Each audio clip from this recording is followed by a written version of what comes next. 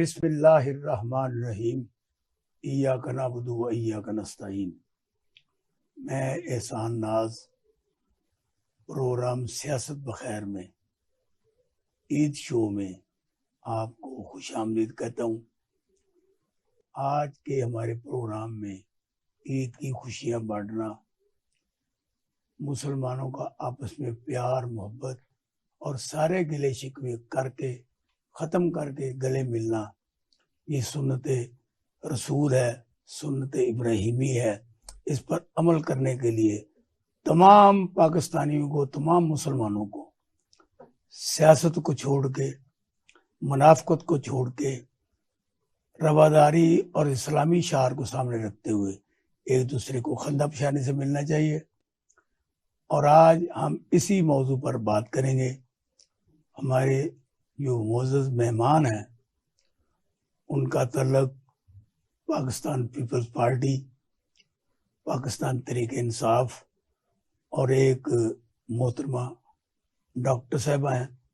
उनसे हम उनकी ज़िंदगी के बारे में कि वो ईद कैसे मनाती हैं या पिछली ईदैन उसने कैसे मनाई और अब ईद वो कैसे मनाएंगी, सियासी लोग कैसे ईद मनाते हैं, गैर सियासी लोग कैसे ईद मनाते हैं, इसी पर बात करने के लिए आज हमने दावत दी है मोहतरमा ज़ेबा नाज़ साहबा को, जो कि पाकिस्तान तहरीक इंसाफ की MNA 130 से उम्मीदवार हैं।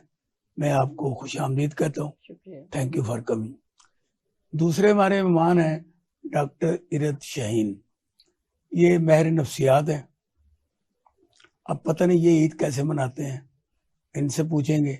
मैं आपको भी खुशामदीद कहता हूँ। शुक्रिया सर। तीसरी हमारी मेहमान है मोहतरमा शबाना गुल साहबा, जो कि पाकिस्तान पीपल्स पार्टी की रहनुमा है, कारकुन है।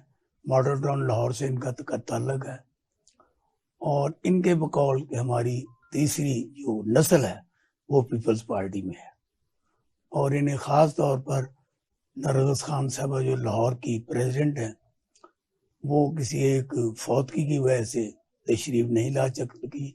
उन्होंने आज आना था और उन्होंने बताया कि इनकी एक बेटी है जो कि माशाल्लाह बहुत ज़्यादा ज़हीन है, फ़तीन है। और उनसे मिलने के बाद मुझे पता चला कि वो भी हमारे शोबे में आना चाहती है, वो भी जर्नलिज्म में आना चाहते हैं, वो भी यहाँ बैठे। मैं उनको खुशामदीद कहता हूँ।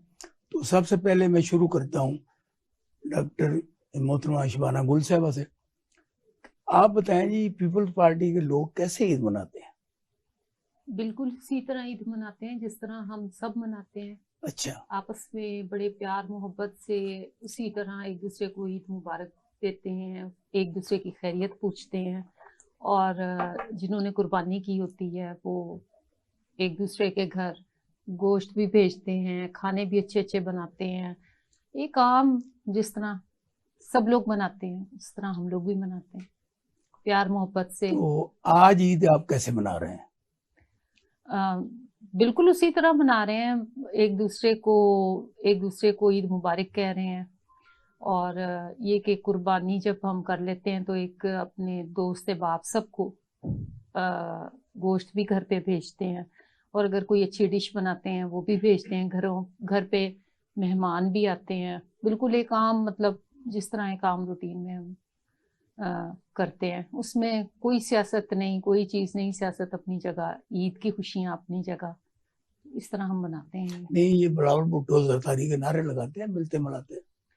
वो तो जी हमारे खून में शामिल है। अच्छा।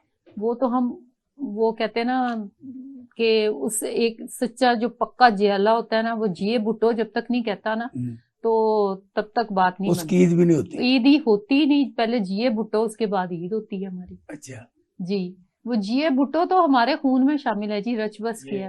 अच्छा, क्या आप ये जिए भुट्टो के जब तक नारा ना लगाएं तो ईद भी नहीं होती है आपकी? बिल्कुल आप सही कह रहे हैं। हम तो हर खुशी के मौके पर, मैं नहीं सही कह रहा, मैं आपसे पूछ रहा हूँ जी। मैं जो अर्ज कर रही हूँ आपसे, हम हर खुशी के मौके पर हमारे अंदर वो एक वलवला पैदा होता है। अच्छा। ये जिए भुट्टो तो हमारी खून में शामिल है, जैसे खून दौड़ता है ना रगों में, तो जिए भुट्टो का नारा जब हम मारते हैं तो हमारा जोश बढ़ जाता है। बस अज़म हमारा मजीद जवान हो जाता है। नहीं, जिए जब भुट्टो का सामने नारा। मिलने वाला आपको तरीके इंसाफ का हो, जी आप जिए भुट्टो का नारा लगा के उसे अनाइड नहीं करती।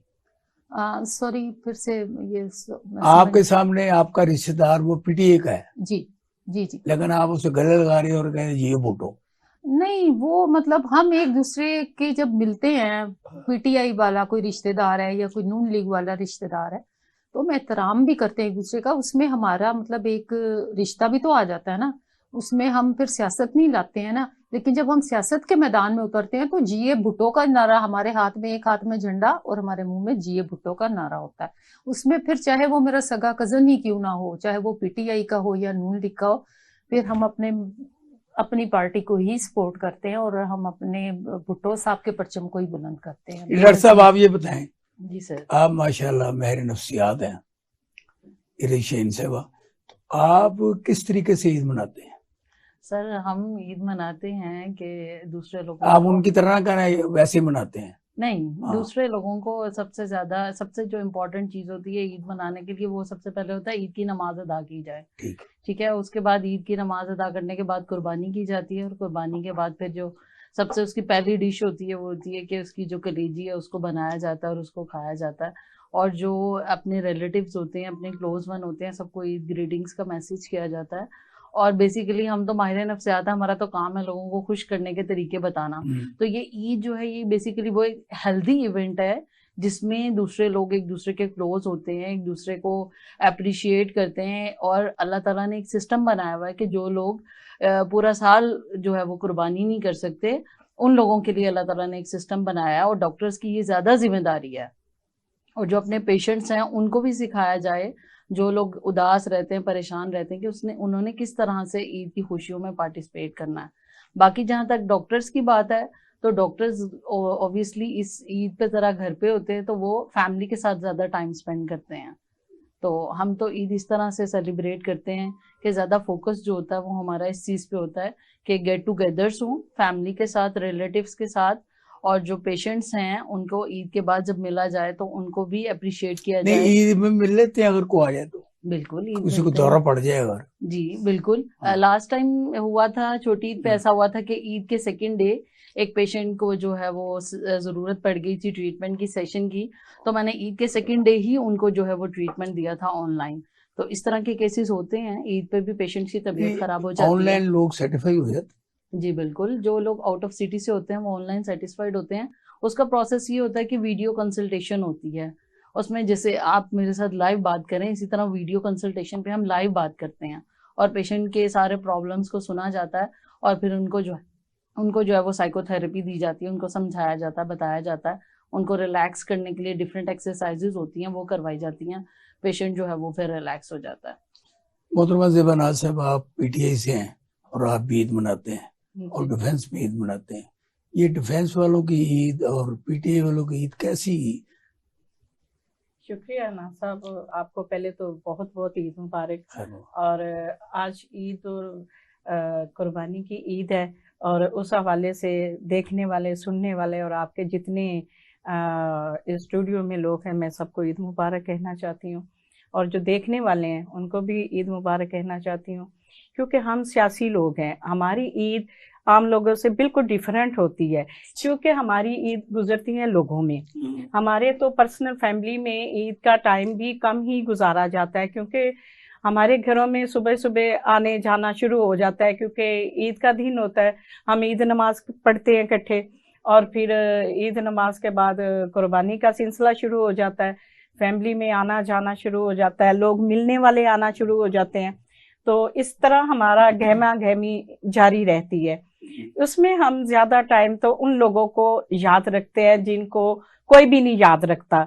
हालांकि वो बेसहारा लोग जिनको कोई ईद को मिलने तक नहीं जाता, हम मुख्तलिफ लोगों को मिलने जाते हैं, उनको ईद तकसीम करते हैं और उनको हम गले लगाते हैं और उनकी खुशियों में शामिल होते हैं। तो ये तरीके इंसाफ की वजह है, ये को अपना जाती बात है? नहीं, ये हमारा जाती फेल है, क्योंकि मेरी सारी उम्र मैंने 23 साल अपने चौधरी परवेज अली साहब के साथ गुजारी।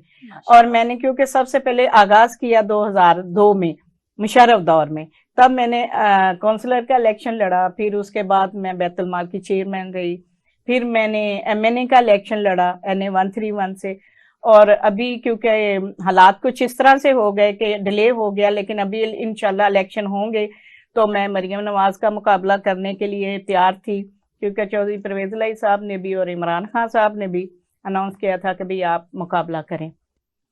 तो जैसे भी इलेक्शन, क्योंकि ये तो इलेक्शन से भाग रहे हैं, लेकिन इलेक्शन जैसे भी होंगे और इंशाल्लाह हम मुकाबला आपके करेंगे। हल्के में समीना खान घुरकी आपके मुकाबले में? जी बिल्कुल, मेरे मुकाबले में जाहिर है, जब आपको याद है शालीमार टाउन में मैंने इलेक्शन लड़ा था, और उसी एरिया में समीना खालिद घुरकी भी थी, वो हार गई थी। हाँ जी, वो हार गई थी, हाँ जी। तो मैं वहां से जीती थी काउंसलर का इलेक्शन जब मैंने पहला लड़ा था, तो शालीमार टाउन से।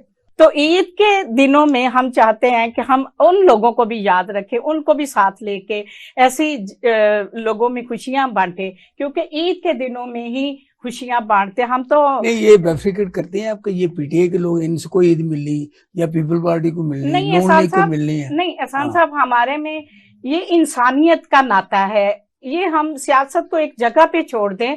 हम मुसलमान होने के नाते हमें चाहिए कि हम ईद के दिनों में सियासी नफरतें छोड़ के प्यार मोहब्बत शेयर चाहिए की बात नहीं, मैं आपकी बात नहीं, मैं खुद की बात ही कर रही हूँ। मैं ऐसा करती हूँ कि मैं कोई सियासत में ईद के, मेरी अभी पिछली ईद छोटी गुजरी है, तो इसमें भी मैंने राशन भी तकसीम किया, और नून लीग वाले भी थे, मेरी पीपल्स पार्टी वाले भी थे, हम हर पार्टी से, यानी ईद आप इकट्ठे मनाते हैं? हम इकट्ठे मनाते हैं, और उसमें हमारे में तफरका नहीं होता कि ये फलां पार्टी से, ये गरीब आदमी है, ये अमीर आदमी है, हमने इसको मिलना है, इसको नहीं मिलना। हम नीचे चटाइयों पे भी बिछा के हम ईद की खुशियां इकट्ठी तकसीम करते हैं। शबाना गुल साहब, आप ये बताएं, आपने अपनी जिंदगी की जितने भी ईदें मनाई हैं जी, ये डे टू डे उनमें क्या फर्क पैदा हो रहा है? कितनी महंगाई हो रही है? आप अपने बच्चों के तमाम वो मसाइल ख्वाहिशात पूरी कर लेती हैं कि अभी कोई महंगाई का कुछ चर्चा है?